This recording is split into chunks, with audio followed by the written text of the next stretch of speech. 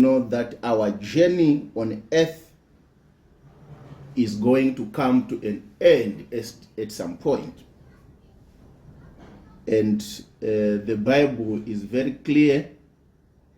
The Apostle Paul, writing in the book of Acts chapter number 17, verse number 31, we are told clearly that God did appoint a day in which he will judge this world. When you read the Bible in the book of Acts chapter number 17, verse number 31, it actually tells us that we are at some point in future going to stand before the Lord, where each one of us is going to be judged. And we need to be very prepared for this day.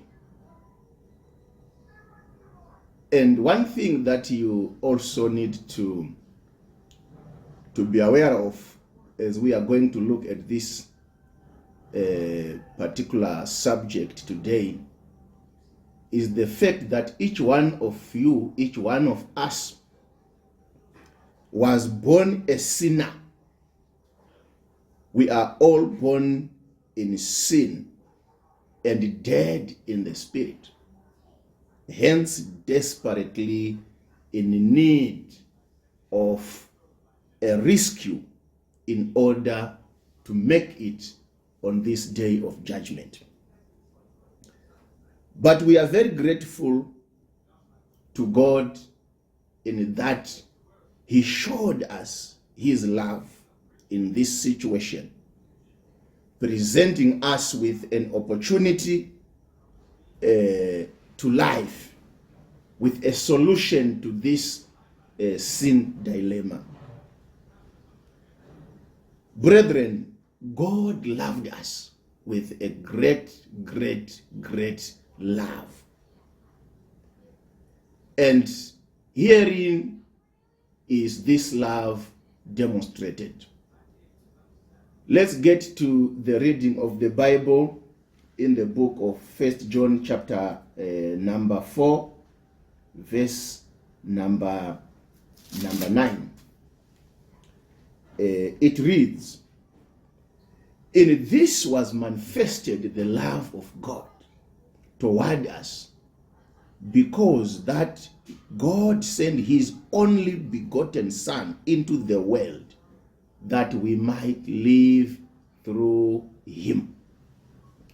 So, brethren, the package of love that God showed us, the package of love that God demonstrated, was in him sending Jesus on earth, giving the world Jesus.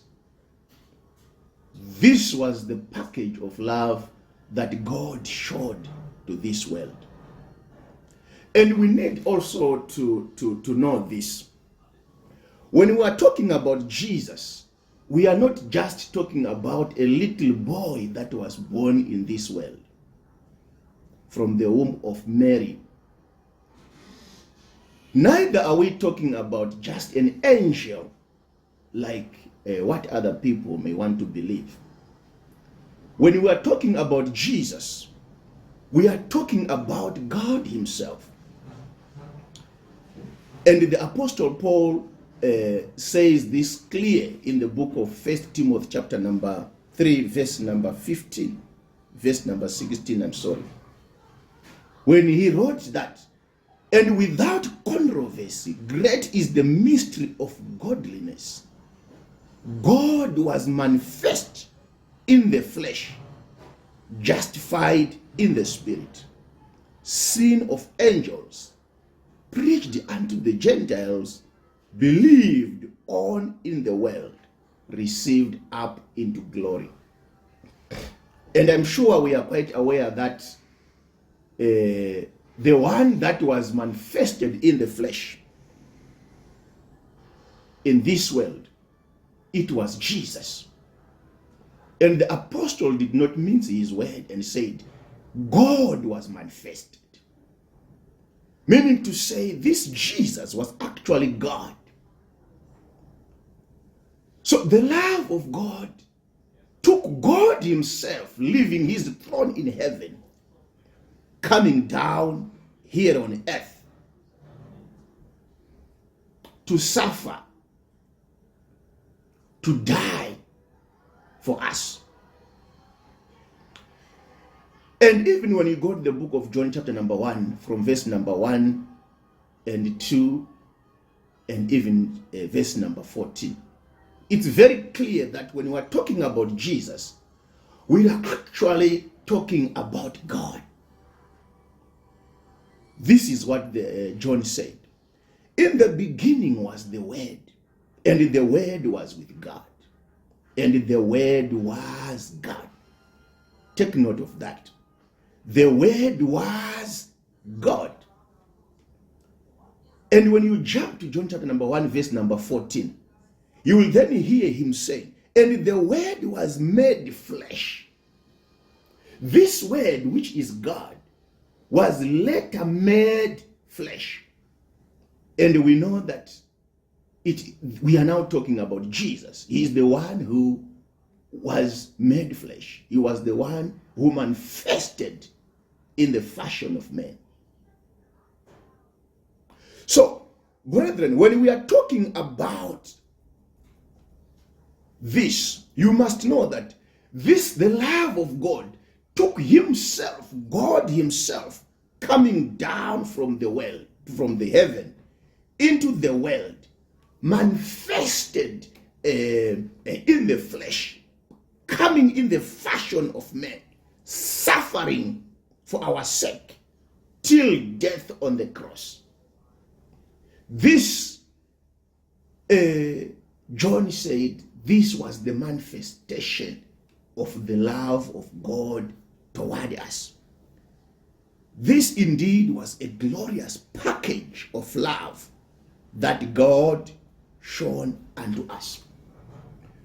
We need to know that this kind of love that God showed unto us, no mortal man was ever able to give, or no mortal man will ever be able to give to men this kind of love.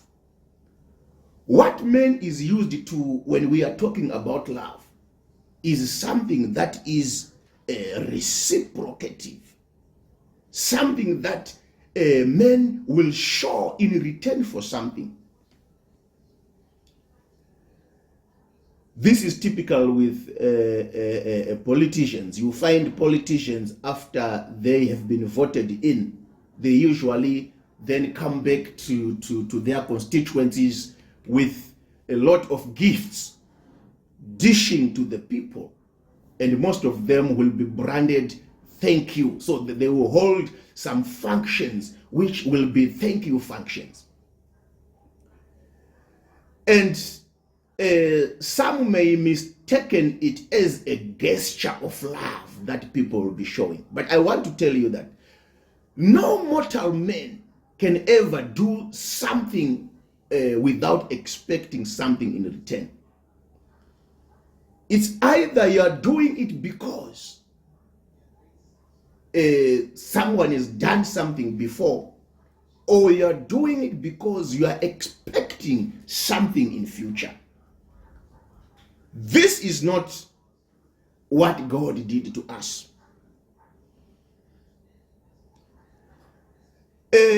God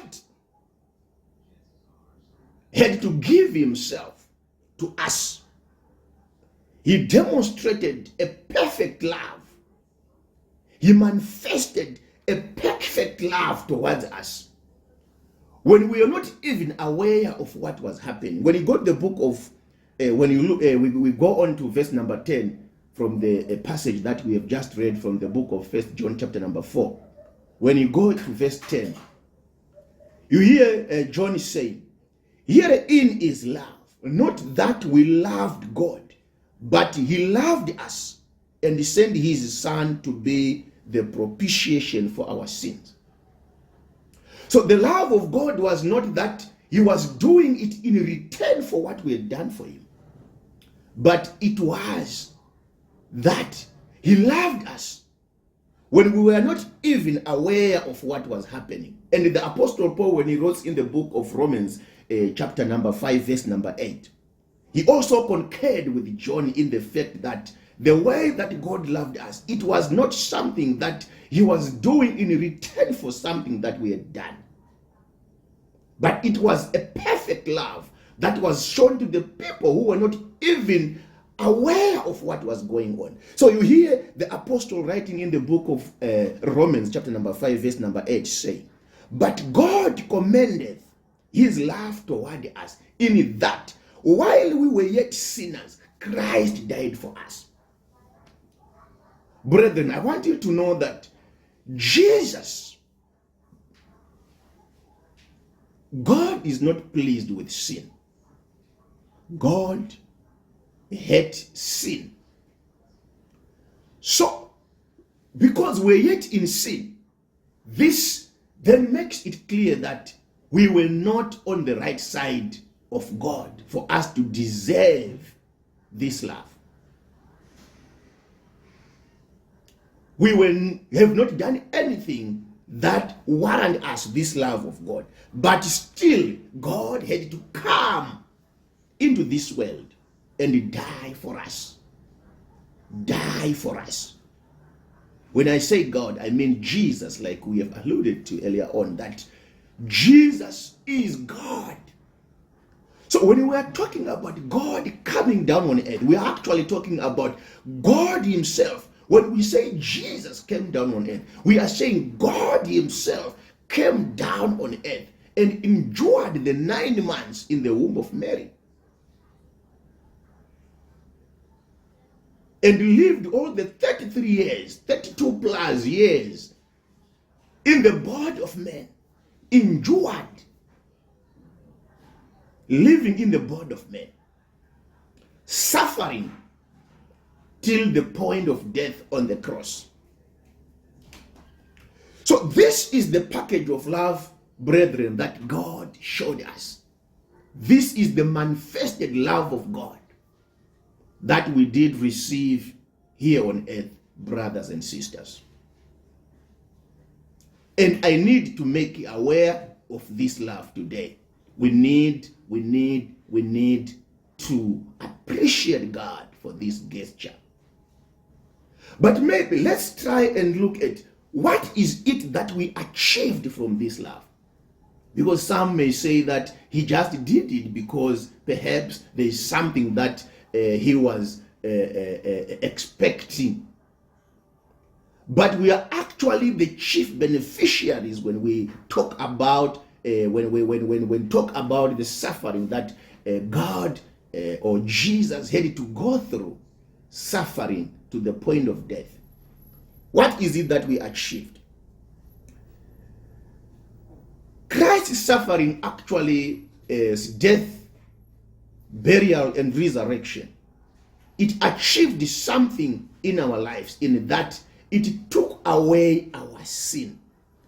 When you go to the book of 1 John chapter number 3 verse number 5, it's very clear that, and you know that he was manifested to take away our sin, and in him is no sin. So the manifestation of Jesus, the going through all the suffering that he went through to the point of death on the cross and resurrecting afterwards, this achieved in us, it took away our sin. It was the payment for our sin. This is what this token of love achieved to us, achieved in our life.